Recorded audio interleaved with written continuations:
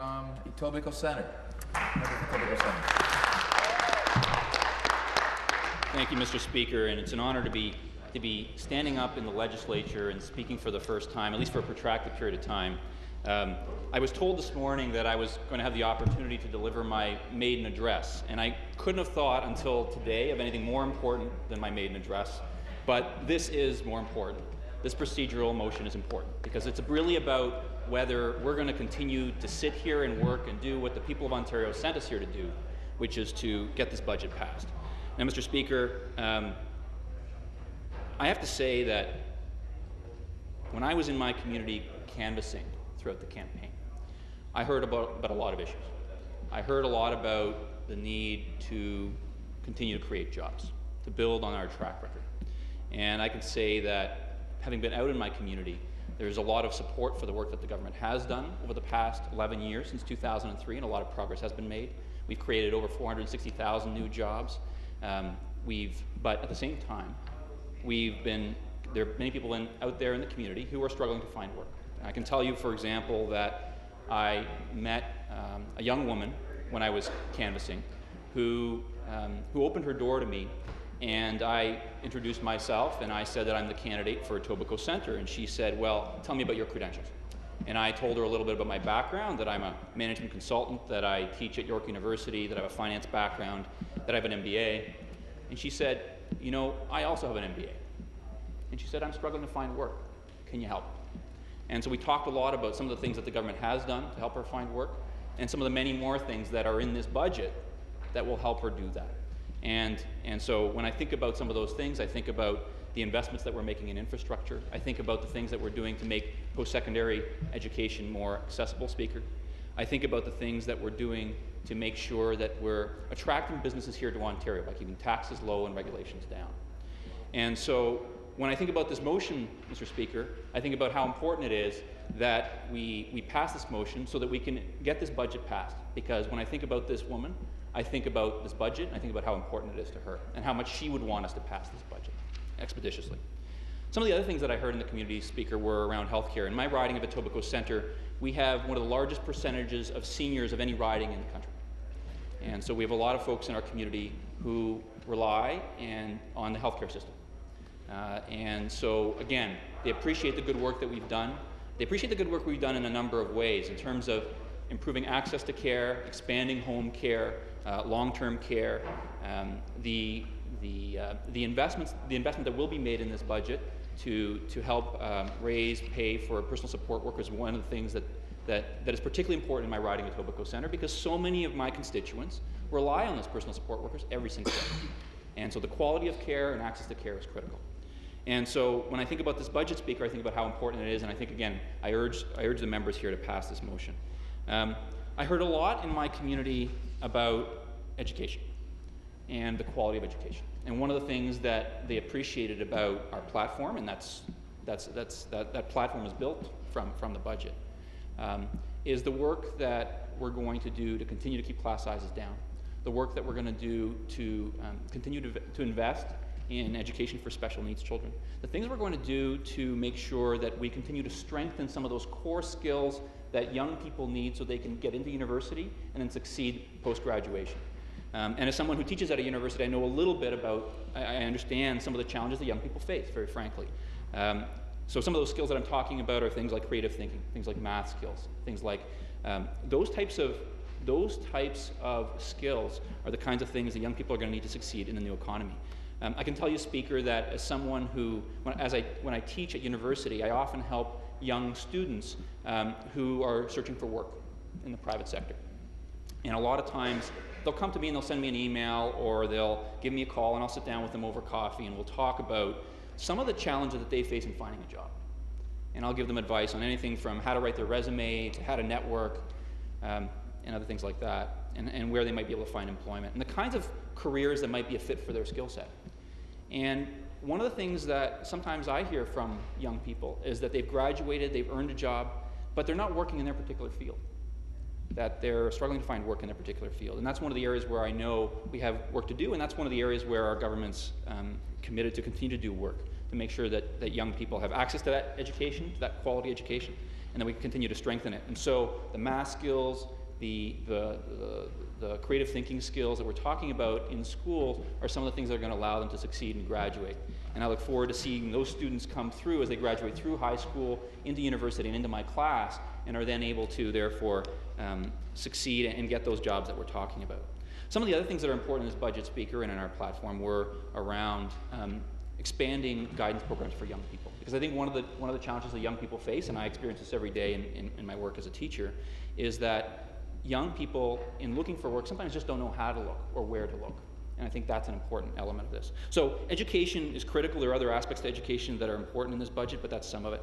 And again, so I would urge the members here to pass the motion so that we can get this budget passed. Because again, those young people, if we don't pass this budget expeditiously, those young people are going to, presumably, they're going to turn to me and they're going to say, what happened? You know, you got elected on this platform. Now, some of the other things that I heard in the community were around transportation and infrastructure. You know, transportation affects our daily life, whether it be our economy and how it supports growth in our economy, or whether it be the quality of life that we enjoy. You know, when I think about this morning, Speaker, and I was able to get on the bus quite quickly and get down here in a reasonable period of time, but there are many mornings where that's not necessarily the case for a lot of folks. And those are the kinds of things that we need to, transportation, the kinds of things we need to invest in because they touch us every single day. And so we're doing that in this budget, Mr. Speaker. So there's infrastructure spending that's been allocated, about $130 billion. Of course, about $15 billion of that is allocated to transportation within the GTA. And that's one of the things, Speaker, that I think is so critical, that we show Ontarians, all members of this House, no matter what side of the aisle you're on, that you heard the people of Ontario, that they voted overwhelmingly in support of this budget, overwhelmingly in support of this government's platform. So again, for the sake of my constituents in Etobicoke Centre, who rely on transit, who want to continue to see gridlock relieved, that's the kind of thing that I hope we take into consideration as we think about this motion, Mr. Speaker.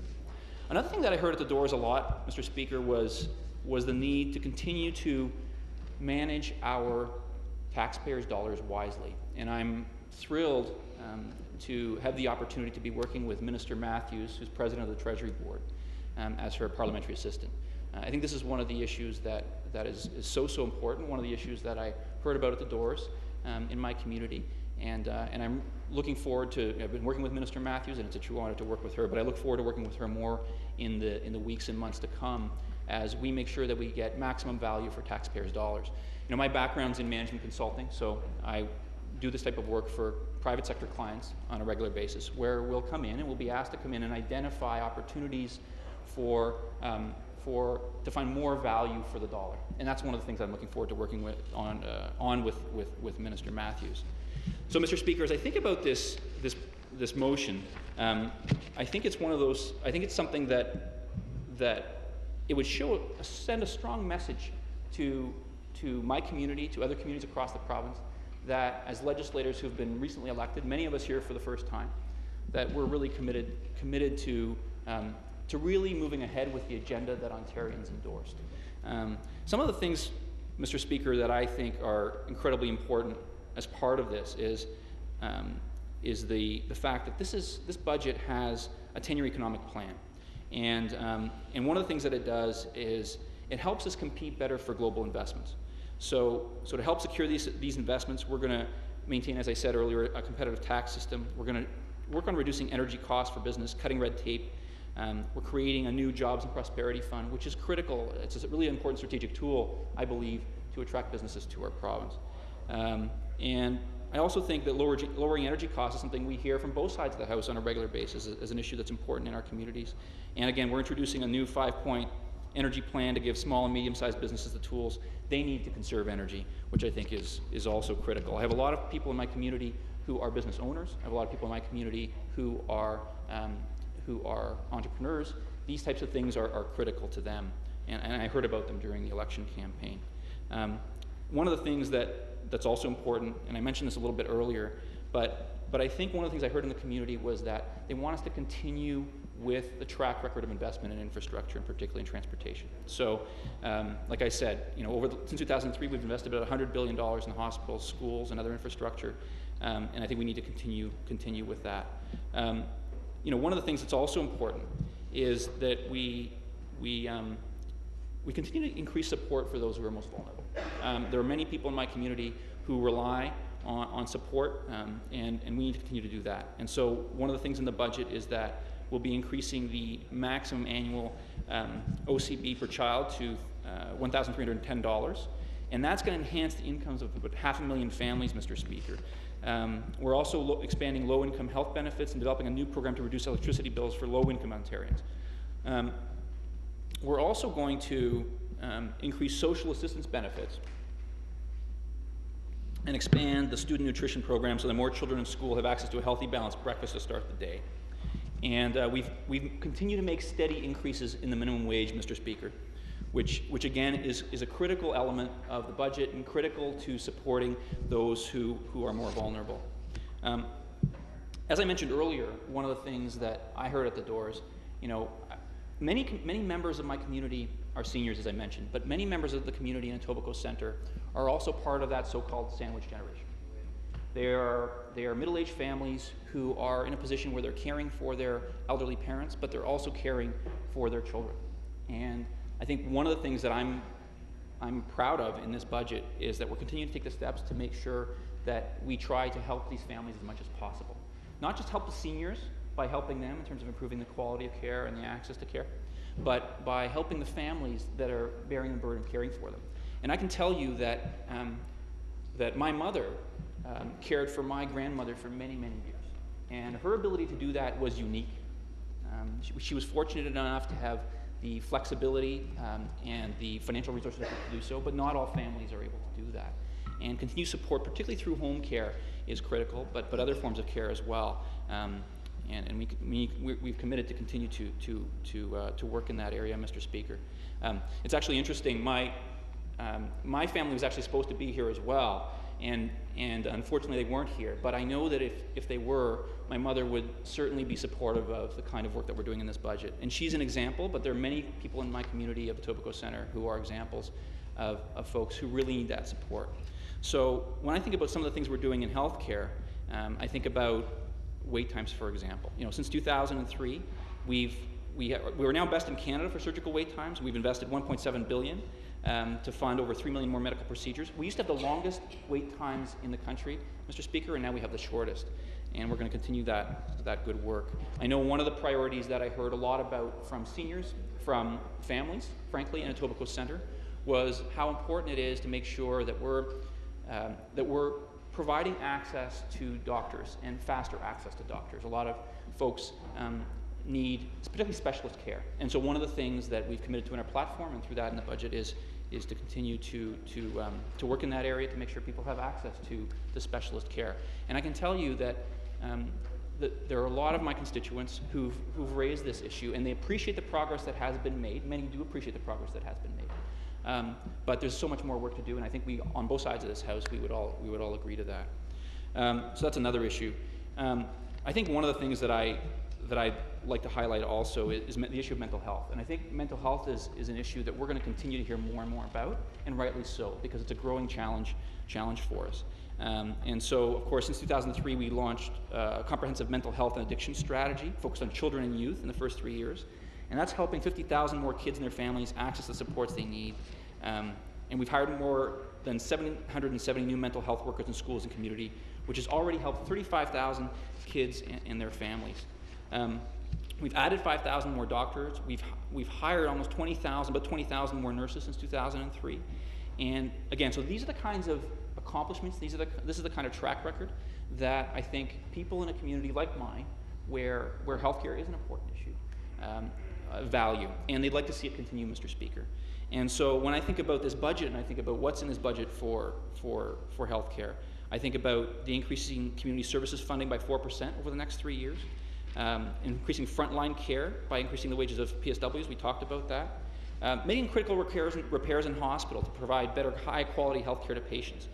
And we're providing funding of almost $700 million over the next 10 years for that. And so these are the kinds of things that I think are going to impact people on the ground, and these are the kinds of things that, frankly, Ontarians voted for when they elected us to this legislature. And so I would urge members on both sides to support this procedural motion, and in supporting that, help us debate this budget and move it along. Now, if I may, I'd like to just briefly talk about education.